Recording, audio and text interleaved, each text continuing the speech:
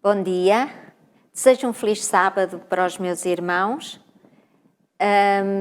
e como já puderam ver, temos aqui o nosso irmão Sérgio que nos vai dar o privilégio de nos dar um acompanhamento aqui das nossas lições. Obrigada, Sérgio, porque estás connosco, obrigada porque aceitaste.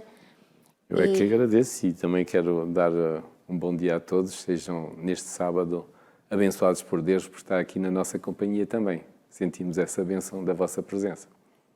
É isso mesmo. Então, Sérgio, esta semana nós temos o privilégio de estudar a lição número 10, que tem como título Maridos e Mulheres juntos na cruz. Depois temos o verso áureo que nos diz: Vós, maridos, amai as vossas mulheres, como também Cristo amou a Igreja e a si mesmo se entregou por ela, para a santificar, purificando-a com a lavagem da água pela palavra, para apresentar a si mesmo Igreja gloriosa, sem mácula, nem ruga, nem coisa semelhante, mas santa e irrepreensível. Sérgio, o que é que este título, Maridos e Mulheres juntos na cruz, tem a ver com este texto bíblico? Maridos, amai as suas mulheres. É interessante que a lição começa mesmo... Eu se calhar não faria melhor e também poria isto, porque daqui a pouco vamos começar como os versículos que deveríamos ter estudado antes. Há uns versículos antes disto. E se calhar esses versículos vão criar alguma polémica, alguma dúvida, mas este aqui é espetacular, onde diz que maridos, amai as vossas mulheres. Está no sítio certo e dá uma comparação nitidamente perfeita. Amai as vossas mulheres, assim como Cristo amou a Igreja. Isso é a conotação perfeita de como os maridos deviam ter essa responsabilidade de amar as mulheres. Sou sincero que foi perfeito este verso no momento certo. Sim, e eu acho interessante é que na lição anterior Paulo apresenta também uma preocupação muito grande com os crentes, não é? De Efésios, sim. Para que eles deixassem os maus caminhos, não é? E aqui ele apresenta um caso muito importante que é baseado na família, não é? Correto. E por isso eu te fiz esta pergunta, o que é que tu tens para nos dizer sobre esta questão, não é? Já nos deste aqui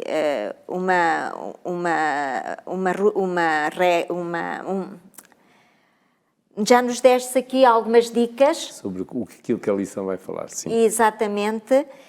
Não sei se queres acrescentar mais Sim, alguma coisa. No fundo, a lição da semana passada e desta semana estão interligadas. Vê-se a preocupação de Paulo com a unidade da Igreja, e o livro de Efésios fala muito de unidade. E ele está preocupado porque ele vê, quando ele escreve, basta um leigo não entender, se calhar, até muito de Bíblia, e lê e diz assim, olha, o Paulo está preocupado com os membros da Igreja de Efésios porque eles têm, se calhar, praticado estas coisas. Então ele recomenda, dá conselhos para eles deixarem as coisas da impureza que não têm nada a ver com a santificação que é necessário. E ele está a aconselhar. E é interessante, depois de todos os conselhos que ele dá aos membros, ele inicia-se a lição desta semana, é uma continuação, como eu digo, com o versículo número 21 de Efésios 5, em que diz assim, sujeitando-vos uns aos outros no temor de Deus. É interessante para todas as igrejas, e a igreja é apelada a ser unida, todas as igrejas têm que, se ouvissem este conselho e se o seguissem, nunca haveria problemas na igreja. Porque, no fundo, porque é que ele diz isso? Porque às vezes há a tendência, ainda hoje de manhã eu vi, porque uns estudaram mais do que eu, outros estudaram menos, uns comportam-se dessa maneira, quer dizer, parece que não, mas as desigualdades parece que aparecem sempre. Por mais que nós não queiramos. Um tem mais estudos, o outro tem mais dinheiro, o outro sabe desenvolver um assunto muito melhor do que eu, quer dizer, as pessoas têm, digamos, as suas capacidades, os seus dons que são dados por Deus, mas isso não deveria ser impeditivo de sermos iguais. Quando Paulo diz assim, sujeitar-vos uns aos outros, quer dizer que aquele que achar que é superior, muitas vezes há esse conselho na Bíblia, que sirva ao outro, que se torne inferior, que esteja ali para que o outro se sinta bem também. Há essa preocupação que ninguém se sinta mal por eventualmente descobrir que ou tem menos estudos, ou que tem menos dinheiro, ou que tem menos aquilo. Nós devíamos ser todos iguais e que toda a gente se pudesse sentir bem em família. No fundo é um pouco isso. Exatamente. Então vamos dar a continuidade na lição de domingo que nos fala conselhos às esposas cristãs. E Paulo exorta os membros da Igreja a submeterem-se uns aos outros. Como é que devemos compreender esta ideia sobre Efésios 5, 21? No fundo foi o que tu já tiveste a dizer, sim. Agora, há uma coisa muito interessante que é... aqui, se calhar, será a parte um bocadinho mais polémica, se ficarmos por aqui. Eu vou até ler aqui uma parte e depois vou fazer uma pergunta geral a todos, faço-te a ti e faço também lá em casa. É porque também nós temos aqui, no versículo 22, sim, Paulo também cita as esposas cristãs a submeterem-se aos vossos maridos como ao Senhor. Isto também é algo...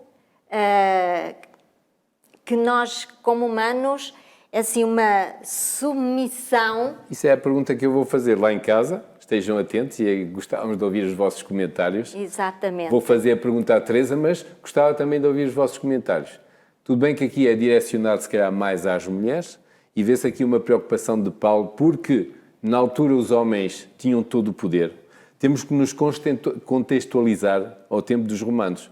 O homem tinha o poder, um romano, homem, macho, tinha o poder de poder matar a mulher simplesmente porque alguma coisa não tinha corrido mal e ele podia matar e não era punido por lei.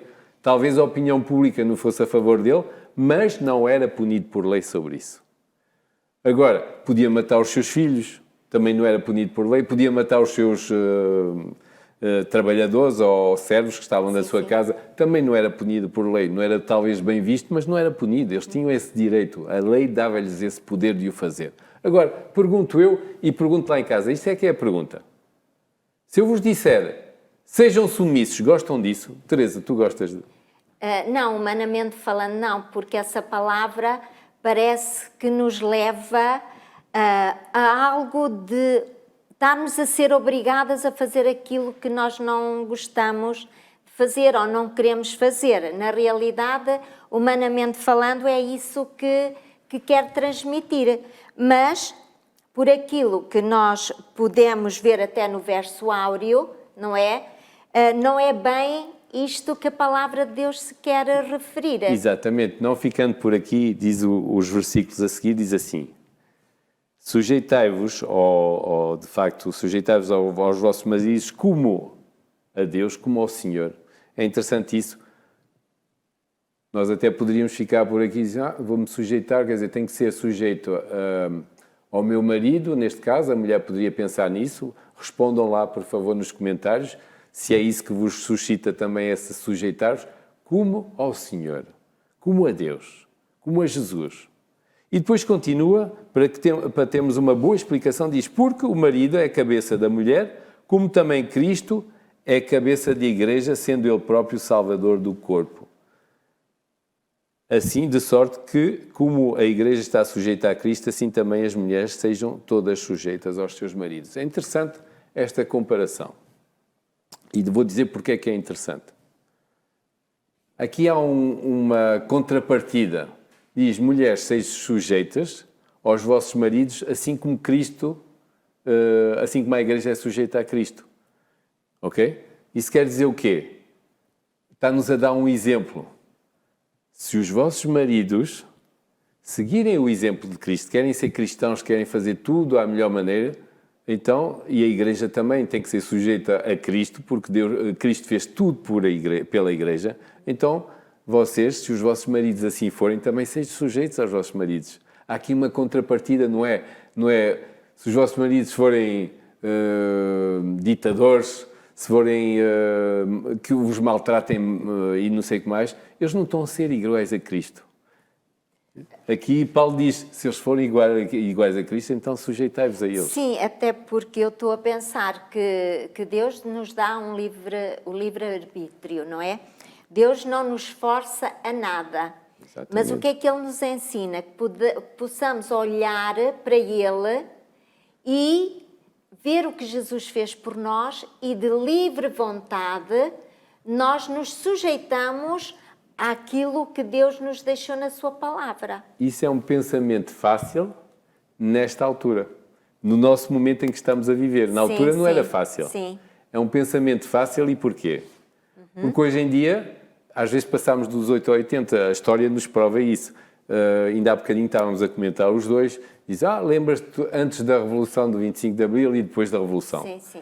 A mentalidade das pessoas. Antes todos viviam se calhar com algum receio, mas havia um certo respeito, uma certa educação uns para com os outros. Sim. E parece que se vivia um bocadinho, pelo menos nesse aspecto, mais equilibrado. De repente veio a Revolução, foi dos 8 a 80, digamos. Aquilo já nem se reconheciam as pessoas, era tudo, quer dizer, foi tudo levado ao excesso porque a falta de liberdade antes fez com que estragassem a liberdade depois. É verdade. Não houve ali equilíbrio entre isso.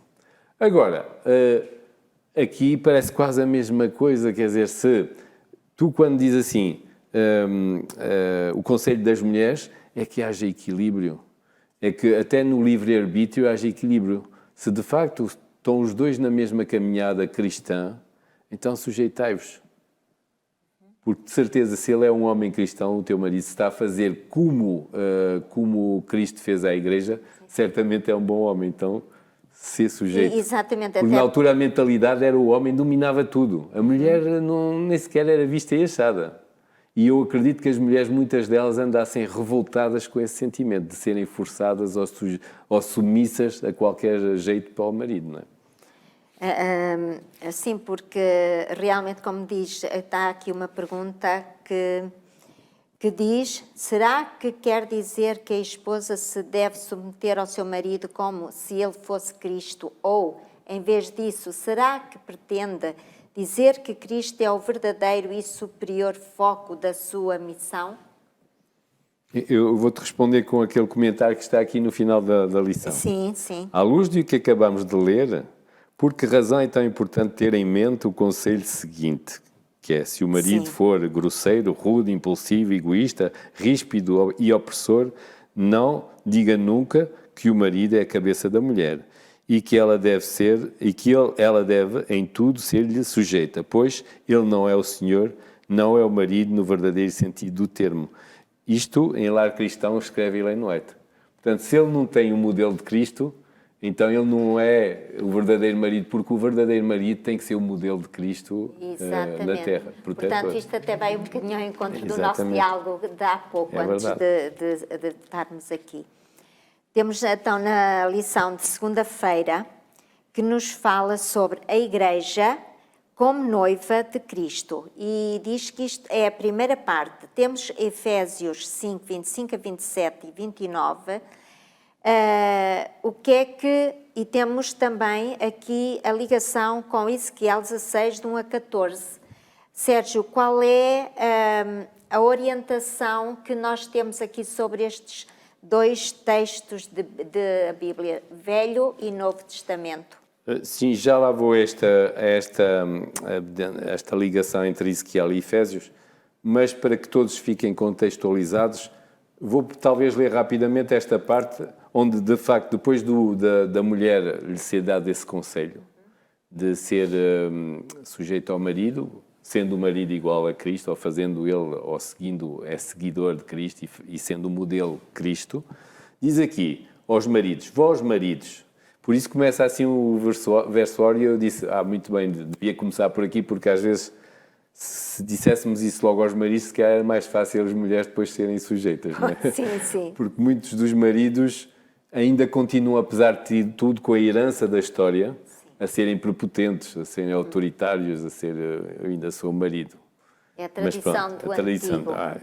Tens de ser machão, tu tens de ser o homem, tens de ser isso. Eu lembro-me que ouvia-se muito antigamente dizer que o homem é que era não era a cabeça, mas dizia que ele era o galo. Ele é que Exatamente. mandava, ele é que tinha que se Era o patrão e toda a gente opor tinha que se tudo. calar. Exatamente. Vós, maridos, amai vossas mulheres. É interessante. Isso quer dizer tudo. Vós, maridos, amai. Quando dizemos amar, é no sentido lato da palavra amar, não é? Vós, maridos, amai as vossas mulheres, como também Cristo amou a Igreja. Está aqui outra vez a ligação. O que é que Cristo fez pela Igreja? Responde-me, o que é que Ele fez? O que é que ele fez? Ele deu a sua vida por nós. Ele entregou a sua vida por nós, exatamente. Se nós virmos esse amor tão intenso, esse plano tão bem confeccionado, se acontecesse qualquer coisa, o amor é tão grande que Ele entregou a sua vida. Exatamente. E diz assim como Cristo, vós maridos têm que ser assim pelas vossas mulheres. Portanto, neste caso, elas são sujeitas, mas vocês têm a vossa contrapartida. Têm que lhes demonstrar amor, têm que lhes demonstrar proteção, têm que lhes demonstrar tudo isso. Daí a história que vem aqui.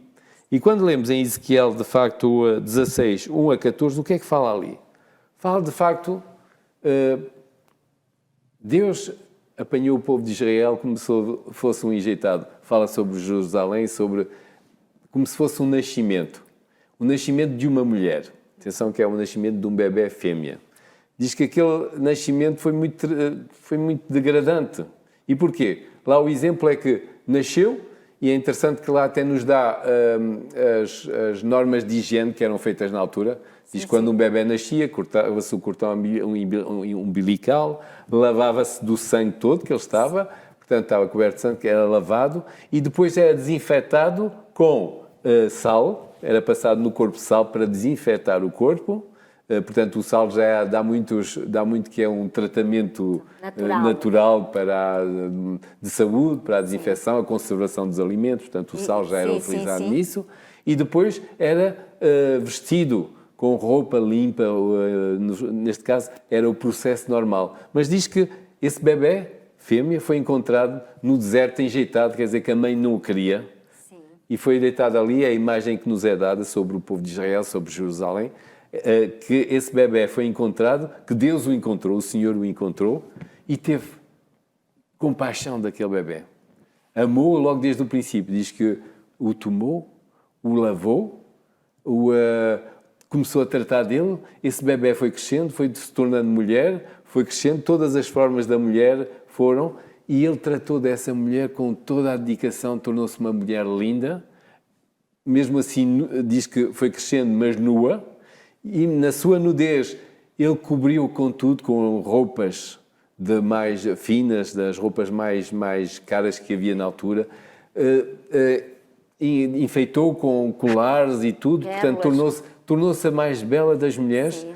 E até foi chamada toda a sua, digamos, vizinhança. Disse, ai, que mulher tão linda. É a noiva do Senhor. É interessante. À igreja. O povo de Deus, exatamente, a igreja, o povo de Deus será assim. Aqui está o povo de Deus, aqui está a noiva do Senhor. Nós temos que ser vistos como os mais belos, não só em roupagem, mas em caráter, em feitio, em dedicação aos outros, para que toda a gente sinta, diz assim, nós queremos ser como eles. Faz-me lembrar a igreja primitiva em que todos queriam pertencer, porque diz, porquê? O amor que havia entre os irmãos. Portanto, era chamado isso, era a nossa maneira de ser, vai ser a nossa carta de visita perante o mundo. E era assim que Jesus queria para o povo de Israel. Deus queria isso para o povo de Israel. Era uma luz no mundo para que todos quisessem seguir a Deus da mesma maneira. Nós podemos olhar para esse contexto de Ezequiel, podemos ver como Deus se preocupou mesmo nós estando nus, sujos, sem condições, e a forma como Ele nos pega, não é?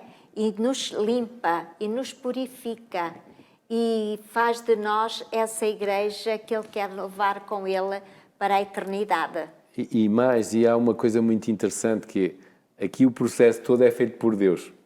Sim. O noivo. É engraçado que nós vamos ver num casamento, geralmente quem é que, para aquela preparação da noiva, não é? Para o casamento. Sim. Quem geralmente prepara? Tu até me podes responder. Quem prepara a noiva para o casamento? Normalmente é a madrinha.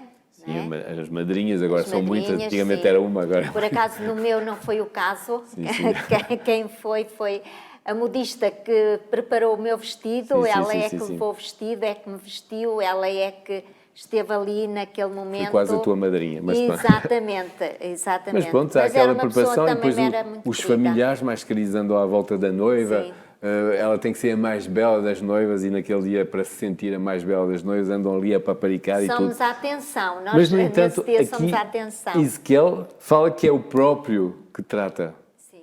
Diz que quando apanhou esse bebé fêmea que foi crescendo e foi tratando, Que era o tomou para povo si, de Deus, não é? exato, tomou para si, escolheu, tu serás a minha noiva e eu vou tratar de ti. Neste caso é o próprio noivo que trata da noiva. Lava, limpa das suas impurezas, do seu sangue, põe, dá-lhe o alimento, dá-lhe o vestimento, trata do embelezamento e torna-se a mais bela das noivas. É o próprio noivo que faz isso. Isso é a ideia também do antigamente. Porque antigamente havia duas coisas. Lembrámos muito do dote das mulheres.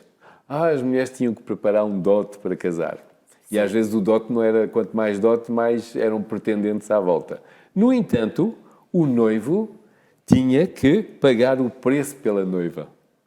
E diz que naquela economia local, isso até às vezes tinha muita importância, muito peso. Esse peso de o noivo tem que pagar o preço.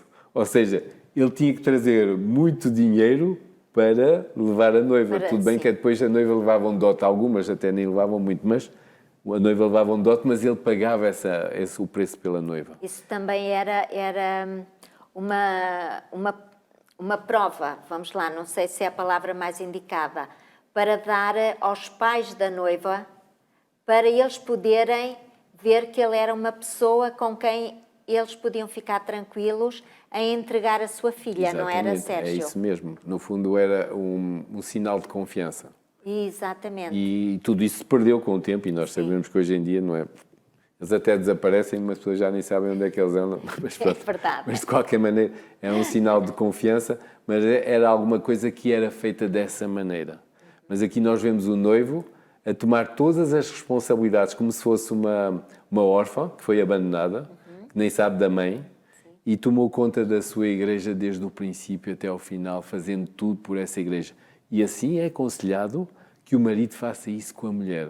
Imagina, como é que te sentirias, não vais responder, mas pergunta a todas as mulheres, como é que se sentiriam se os vossos maridos vos tratassem dessa maneira? Sim. Não se sentirias segura, tranquila? Tranquila, assim, amada completamente. O meu marido trata de tudo, eu posso até... Às vezes ter um esquecimento disto, aquilo, mas ele lembra-se de tudo, está tudo tratado, está tudo ali, não há nada que falhe. Não tenho que me preocupar, tenho uma vida tranquila ao lado do marido, Exatamente. que cuida de mim de uma forma maravilhosa. Como se eu fosse o número um, até mais que a sua própria vida, porque ele entregou a sua própria vida. No fundo, é o que Cristo demonstrou pelo seu, e diz que os maridos deviam demonstrar isso pelas suas mulheres. De certeza que não teriam tantos problemas no casamento se fosse assim. Eu acho muito interessante como a palavra de Deus faz este paralelo entre marido e mulher e faz o paralelo com Cristo, para poder demonstrar o quão Cristo amou a sua igreja e tudo aquilo que Ele fez por ela. E como Ele quer levar as famílias a entenderem, a compreender isso dessa forma para podermos viver felizes ao lado de Cristo, não é? Porque também, sem Cristo, também podem imaginar que sem Cristo é impossível alcançarmos este amor para nos podermos amar assim mutuamente. E hoje, quando vemos que o casamento, infelizmente, está em falência, Sim. quando vemos que no mundo há 50% das pessoas que casam, 50% se separam. Isto é um conceito que é válido para a eternidade, para todos, desde o antigamente até agora. Querem acabar com os problemas no casamento? Façam como está aqui dito. Sejam à imagem de Cristo e façam como Cristo fez pela sua igreja. E todos os vossos problemas vão ser resolvidos no casamento. Assim, nós temos depois aqui a segunda parte desta situação que nos leva para 2 Coríntios 11, de 1 a 4. Podes nos dizer, Sérgio, qual é este paralelo pela qual Paulo usa estes elementos para o casamento? Sim, nesta parte da terça-feira, Paulo acrescenta uma coisa muito interessante e devia ser a nossa preocupação de cada um como membro.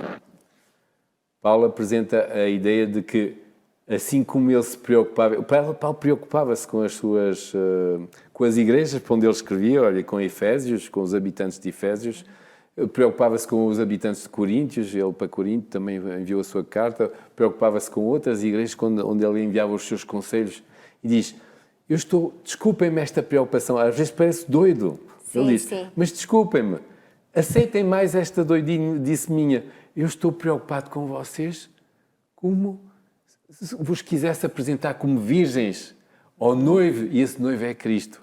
Ou seja, diz, nós também, como membros da igreja, nos devíamos preocupar uns com os outros, para que cada um fosse apresentado imaculado, puro, amado perante Jesus e se sentisse que fazia parte desse corpo de Cristo. Ou seja, temos uma responsabilidade de fazer sentir aos outros, fazerem se sentir bem, como sendo um corpo amado de Cristo.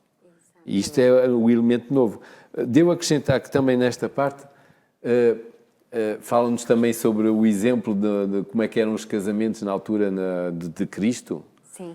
E nós vemos bem, uma vez Cristo estava no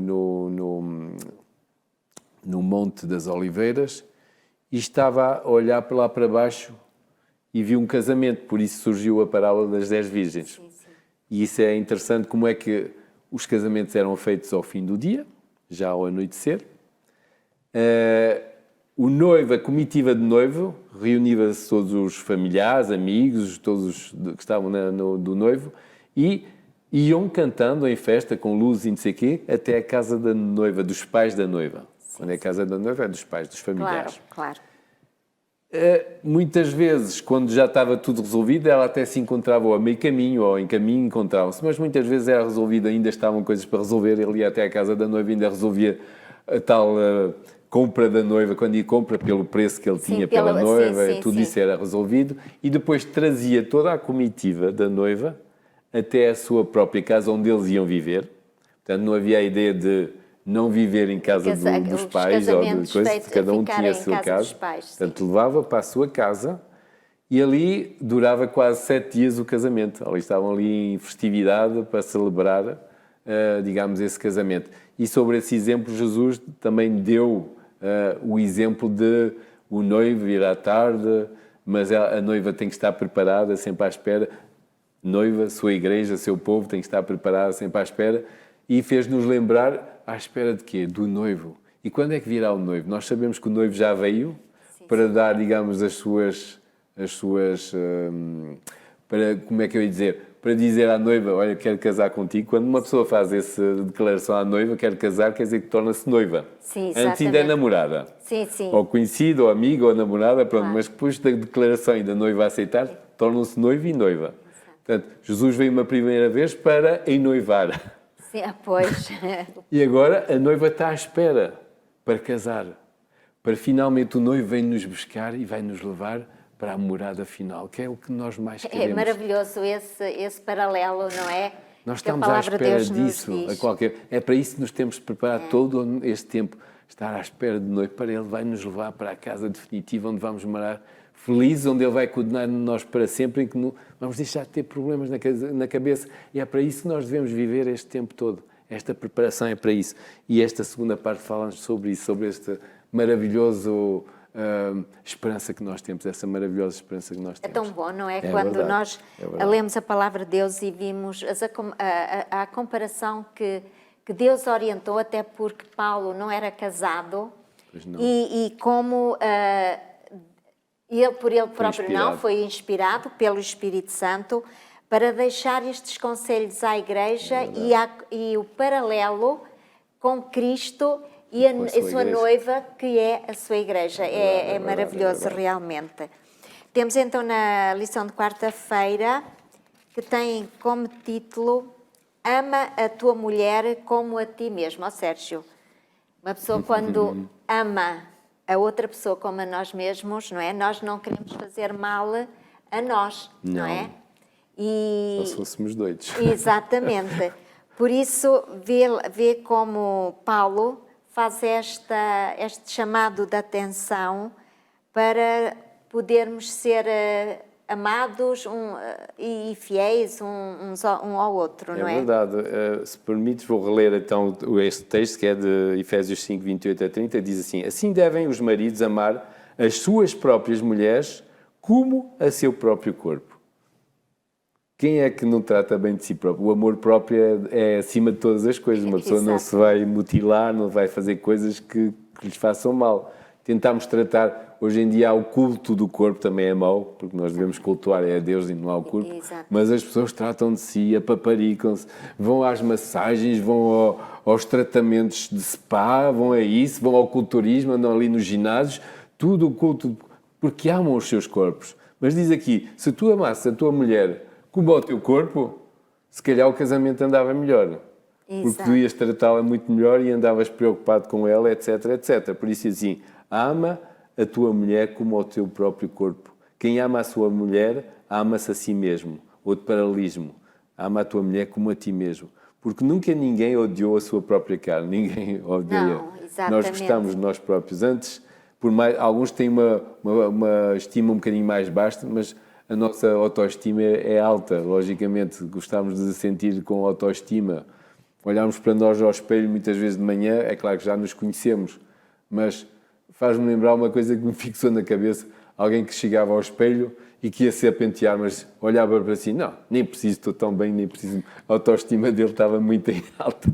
E no fundo, a autoestima é isso, toda a gente até gosta de si próprio, não é? Sim, porque eu conheço um pouco sobre essa situação da baixa autoestima, mas a pessoa ao olhar para o espelho gosta de si. Não há nada que desmotive, embora interiormente haja essa existência, mas quando nós olhamos para o espelho nós gostamos de nós próprios. Isso é bom. É verdade, e isso é importante que assim seja. Atenção que a autoestima não é má. A autoestima em demasia é má. Sim, tudo claro. que é equilibrado é bom, mas Deus permite que gostemos de nós próprios. Deus até nem gosta daquele que se desmazela. Exato, eu Que é estava tão com esse mal que se pensamento. começa a desmazelar. Sim. Portanto, não é isso que Deus quer. Um filho de Deus trata de si próprio, porque tem que dar uma imagem positiva. Nós fazemos parte... Está sempre presente esta coisa da unidade e presente a unidade em Cristo. Cristo é a cabeça e nós somos o corpo. Não temos o direito de nos desmazelar. Temos que manter a autoestima em Cristo. Exatamente. Se não mantermos a autoestima em Cristo, vamos tratar bem, vamos mostrar aos outros e assim, olha que belo filho de Deus, olha que bela filha de Deus, olha como eles amam-se uns aos outros, como eles tratam bem uns dos outros. Isso é autoestima em Deus. Eu poderia dar aqui mais ou menos um testemunho de uma família que era bastante pobre, não é? E nasceu, se calhar, não diria nas piores condições, mas não foi as melhores condições que aquela mãe deitou aqueles filhos ou aquela filha mais nova ao mundo, porque no momento em que aquela filha mais nova veio ao mundo, foi numa época em que estava muito degradada aquela mãe. E eu não sei se os irmãos mais velhos como é que eles pensam, mas eu sei que a irmã mais nova, mesmo sabendo de onde veio, o prazer que lhe dá é demonstrar que gratidão e procurar mostrar que, embora aquela mãe tenha dado à luz aquela filha nas piores circunstâncias, aquela filha sente-se grata e sente prazer em demonstrar que ela é uma pessoa que não foi cair lá no charco como aquela mãe que deu à luz aquela filha. Isto para dizer que é bom nós gostarmos de nós próprios e de nos sabermos cuidar, de podermos passar por todo lado e não termos vergonha de passar por onde seja. Quem não gosta de si próprio tem uma baixa autoestima, não pode gostar do outro. Estou a dizer isso com toda a certeza. Nós, em Cristo, como Cristo nos eleva a nossa autoestima para podermos cumprir com o nosso papel, que é amar os nossos irmãos. Exatamente. Esse papel é muito importante. Agora, quando tu dizes sujeitai-vos uns aos outros, veio no início da lição, de facto, devemos rebaixar a nossa autoestima quando ela é demasiado alta, para podermos entregar-se, digamos, todo o fruto dessa autoestima aos outros, seja trabalhar para os outros, fazer com que eles se sintam bem. Porque vamos encontrar muita gente que tem em baixa autoestima e que está a prontos de desistir, está a prontos a ponto de não querer mais nada, desistir deste mundo, da vida, às vezes, e nós devemos, de facto, pegar nessas pessoas e trazê-las para o corpo de Cristo, que é o que nos é pedido sempre. Exatamente. E mais uma vez digo, se fosse assim, os nossos casamentos andavam muito melhor. Já viste que os versículos que já estamos a falar em relação ao homem, Sim. que o homem tem que ser como Cristo, tem que amar a sua mulher, como Cristo amou a igreja, e estão sempre a falar do homem. Só no início houve aqueles pequenos versículos da mulher, sujeitai-vos aos vossos maridos, mas de assim resto, que sim. O resto é tudo para o homem, conselho. Sim, exatamente. Porque se o homem seguir este conselho, a mulher vai se sentir perfeitamente bem, vai se sentir amada, então já está. Tudo o resto vai acontecer, vai se sentir bem no casamento e na igreja é a mesma coisa. Exatamente. Se nós fizermos para os outros irmãos a mesma coisa que Cristo fez por nós, os outros irmãos vão se sentir, como tu dizes, gratos, vão se sentir com vontade de voltar, vão se sentir com vontade de fazer o mesmo a outros. Exato. E tudo funciona assim, dessa maneira. Exatamente. Agora, na lição de quinta-feira temos o modelo de casamento, uma só carne. Muito bem. Temos aqui Gênesis 2, 15 a 25, Gênesis 2 e 24. Sérgio, podes-nos direcionar aqui sobre esta questão? É interessante aqui uma coisa, às vezes podemos pensar que isso aconteceu depois do pecado, mas o conselho de Deus para o casamento é interessante. Deus, de facto, criou o homem Adão. Sim. E o Adão, naquele sexto dia, fez muita coisa. A capacidade do homem era tal, quando muitas vezes falámos nisso, sobre o 100% de capacidade, nós agora estamos reduzidos a 10%, cansámos-nos rapidamente de qualquer coisa. E achamos que somos os maiores. Exato, ou isto trabalhei muito, ou então pus no computador e o resto faz. Mas pronto, fazemos muita coisa e cansámos-nos rapidamente. Naquele momento, Adão foi criado por Deus, Deus soprou-lhe o sopro da vida, a inteligência, a sabedoria foi-lhe dada 100%, e ele numa meia parte do dia, digamos, ele conseguiu dar o nome a todas as coisas viventes, até às plantas e vegetais que havia, ele batizou aquilo tudo. Deu nome a todas as coisas. Quer dizer que ele teve que ver todas as espécies, uma a uma, mas são tantas, uma a uma, e batizou-os todos. A capacidade dele era tanta. E diz que quando ele estava a batizar, por exemplo, os casais animais, aves, ele começou a notar uma coisa, e Deus viu que ele notou. Claro. Que havia um casal em tudo. E ele era havia só. uma fêmea e um macho. Eu disse, mas, então, macho, fêmea, macho, fêmea. E eu? Era a pergunta normal. E eu? Então, diz que Deus viu e que diz, não é bom que o homem esteja só. Vou dar uma coadjutora. Mas para fazer para que isso acontecesse, Deus tem tudo planeado e maravilhosamente planeado. Claro. Diz, pronto, fez com que Adão entrasse num profundo sono, e isso ainda sexta-feira. Imagina, ele fez tudo isso à sexta-feira. E retirou-lhe da sua costela, do seu corpo, isso que fique bem notado, foi um do pedaço. seu corpo, um pedaço do seu corpo foi-lhe retirado para que e o Adão sabia disso. Ele, quando acordou, disse, do meu corpo foi-me tirado. Quer dizer que eu não posso enjeitar o que é do meu corpo, eu não posso não amar o que é do meu corpo.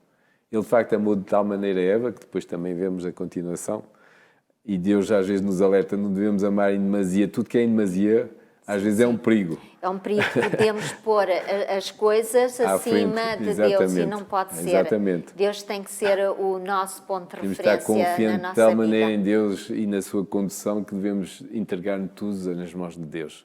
Ele é o noivo, Ele é a cabeça, por isso temos que exato. confiar tudo à cabeça. Exatamente, que às vezes não é fácil, porque nós, como seres humanos, temos sempre a tendência do eu, não é? Eu sei, eu faço, mas na realidade nós devemos viver uma vida de completa entrega e de submissão a Deus, não é?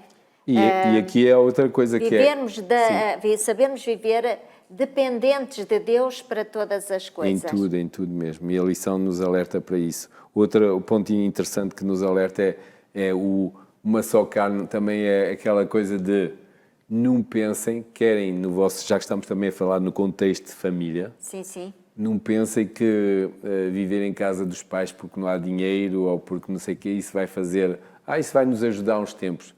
Diz mesmo que o homem se juntaria à mulher e a mulher ao homem e iriam viver num contexto totalmente diferente. Esquecer tudo que estava para trás, toda a educação, toda a herança dos pais. Isso virá sempre qualquer coisa, a herança dos pais, de um lado e do outro. Mas esqueçam tudo. Reaprendam a viver, refaçam as vossas memórias, refaçam as vossas memórias um com o outro, como se estivessem a reaprender tudo do zero. É isso viver numa só carne. Além de saber que, e é só assim vocês poderão ter uma vida felizes completamente. Tu estás-me a fazer lembrar, Sérgio, que no início do meu casamento eu fiquei com os meus pais. Eu era a filha mais nova e dentro das possibilidades eu fui mimada. Embora pobres, mas eu me senti sempre amada pelos meus pais. Eu quando dizia que me doía a ponta de um dedo, a ele já lhe doía o corpo todo. E eu lembro-me que no início, quando eu me casei, eu no início fiquei em casa dos meus pais e ao final de um ano e pouco fui viver sozinha com o meu marido. E eu senti muito a falta desse apoio, desse carinho, dessa dedicação, daquele amor que eles tinham por mim. Quando eu me queixava, que é normal, o marido às vezes não consegue compreender o lado do outro, não é? Ainda para mais quando nós vivemos ao lado do marido que não é crente, é sempre mais difícil, não é? E eu lembro-me de como eu me tive que mentalizar de aprender a viver sem ter os meus pais ao meu lado. A aprender a enfrentar os problemas, um momento de falta de saúde. Eu já não tinha mais os meus pais ali ao meu lado para me apoiarem, para me direcionar, não é? E é um bocadinho isso que tu estás a dizer, não é? Exatamente. Temos que aprender a depender inteiramente de Deus e dos seus ensinamentos, não é? Se me permitires, para concluir, Sim, já estamos em cima, a chegar, sim. Nós que somos a noiva, vou concluir com dois pensamentos. Um deles é, nós, Igreja, somos a noiva de Cristo. E qual vai ser a característica? Tu, assim de cabeça, vais saber responder. Qual é a característica daqueles que vão estar à espera do Cordeiro, do noivo, no final? As características. Sim. Estes são os que se lavaram no sangue do Cordeiro. E outra característica? Os que guardam? Os seus mandamentos e a fé em Jesus. Muito a fé bem. de Jesus. Nós somos a mulher, neste caso, temos que assumir o papel da mulher, não é? Exatamente. Sujeitai-vos ao vosso marido. A única coisa que nós temos tudo. Proteção, orientação. Deus dá-nos tudo. Eu sinto-me um abençoado por Deus, porque Deus nos dá tudo. É verdade, Sérgio. O contexto pode não ser bom nem nada, politicamente ou economicamente, mas Deus cuida de nós. Sim. Eu sinto-me grato por isso. Amém. O que é que nós devemos dar como sujeição? Diz que lavar-nos no sangue do Cordeiro, guardar os seus mandamentos e guardar o seu testemunho. Exatamente. Isso é a nossa sujeição, é nisso. Agora, outro conselho rápido para os casais. Ellen White incentiva consistentemente os parceiros matrimoniais a abandonarem os esforços para controlar o outro.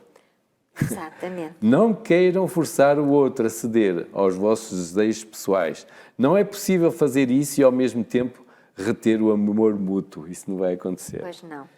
Sejam bondosos, pacientes, longânimos, corteses e respeitosos. Assim seja. Agradeço pela vossa presença, agradeço também ao Sérgio por estes momentos agradáveis aqui na reflexão da lição e que para a semana possamos continuar a estudar para podermos partilhar uns com os outros a próxima lição que nos fala. Só um momento.